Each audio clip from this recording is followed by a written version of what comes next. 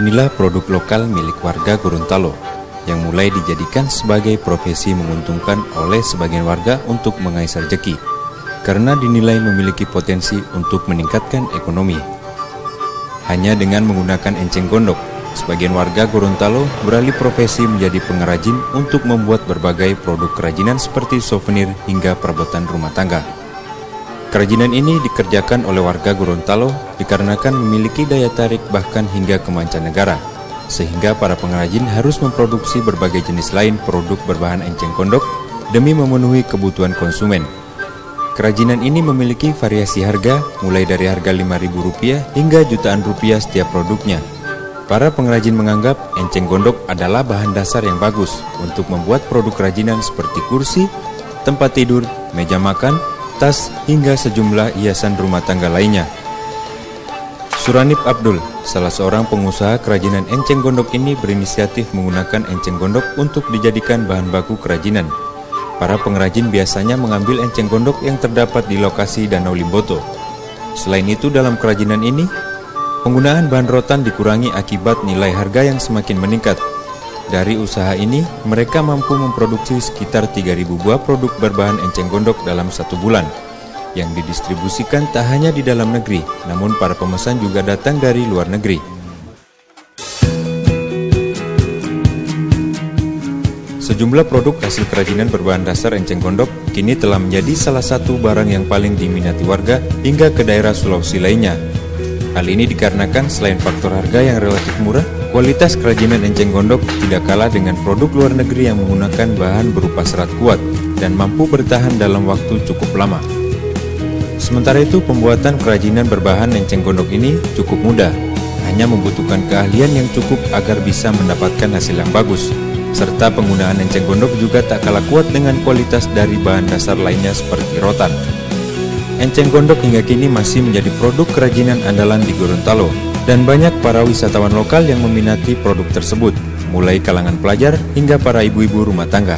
Kini dari kejelian tangan mereka lah tanaman enceng gondok mulai diminati. Sebagian warga menggunakan bahan tersebut untuk dijadikan kreasi bernilai jutaan rupiah.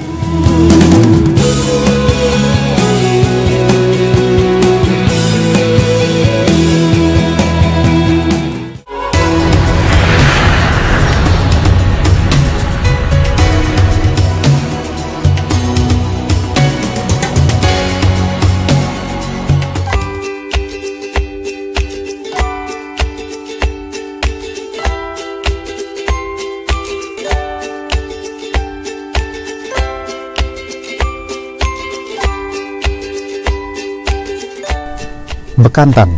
Inilah hewan khas hutan Borneo yang memiliki sejumlah keunikan seperti bulu berwarna coklat kemerahan dan berhidung panjang.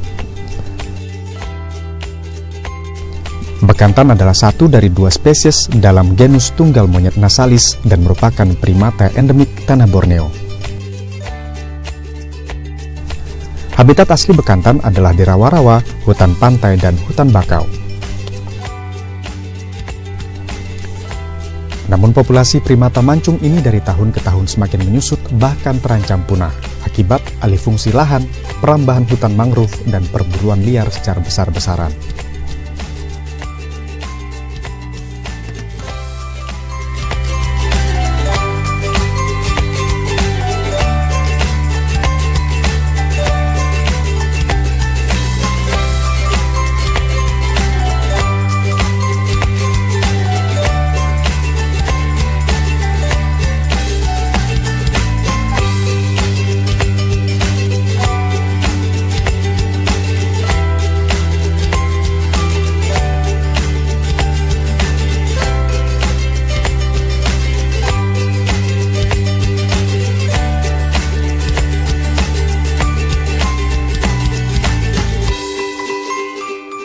Untuk melindungi bekantan, di Banjarmasin, Kalimantan Selatan ada sekelompok warga yang tergabung dalam organisasi Sahabat Bekantan Indonesia.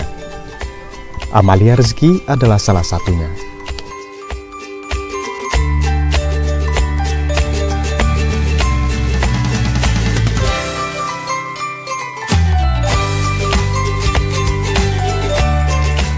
Saudara, Nasalis larvatus atau bekantan adalah hewan endemik Kalimantan yang juga menjadi maskot Kalimantan Selatan, yang saat ini sudah sangat berkurang populasinya. Oleh karena itu perlu banyak hal yang dilakukan untuk bisa meningkatkan populasi binatang endemik ini. Dan salah satunya adalah Sahabat Bekantan Indonesia yang memiliki sebuah tempat yang bernama Bekantan Rescue Center. Kita akan berbincang dengan Ketua Sahabat Bekantan Indonesia, Mbak Amalia Rizky. Halo, selamat.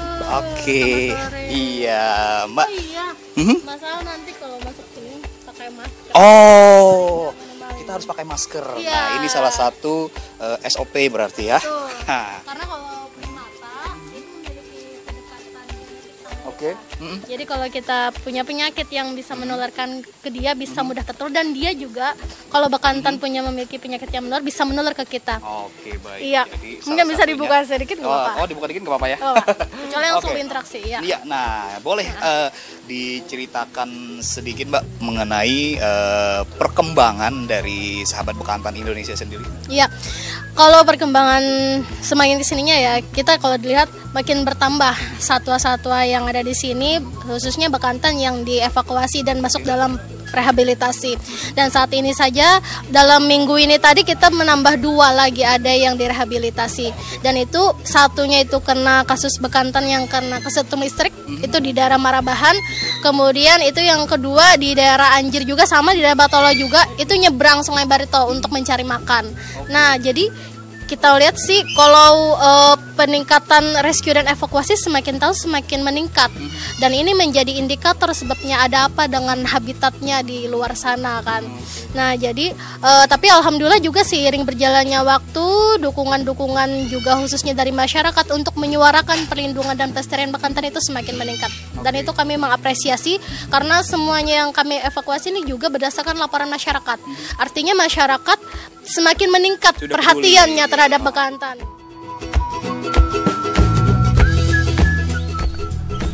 Amalia dan rekan-rekannya di Sahabat Bekantan Indonesia tak jarang harus keluar masuk kampung, menyusuri sungai, dan memasuki hutan untuk memastikan keselamatan bekantan. Markas Pusat Penyelamatan Bekantan yang dikelola Sahabat Bekantan Indonesia menjadi tempat perawatan bekantan yang diselamatkan. Beberapa di antaranya adalah bekantan yang ditemukan sakit, mengalami kecelakaan lalu lintas, hingga tersengat listrik. Sesuai dengan Undang-Undang Nomor 5 Tahun 1990 tentang Konservasi Sumber Daya Alam Hayati dan Ekosistem, perjuangan Sahabat Bekantan Indonesia menyelamatkan bekantan tentu sangat mulia. Kita pun tentu harus mendukungnya agar bekantan tidak punah dari Nusantara. Alfian Yusri, Wahyu Anggana, Kompas TV Banjarmasin.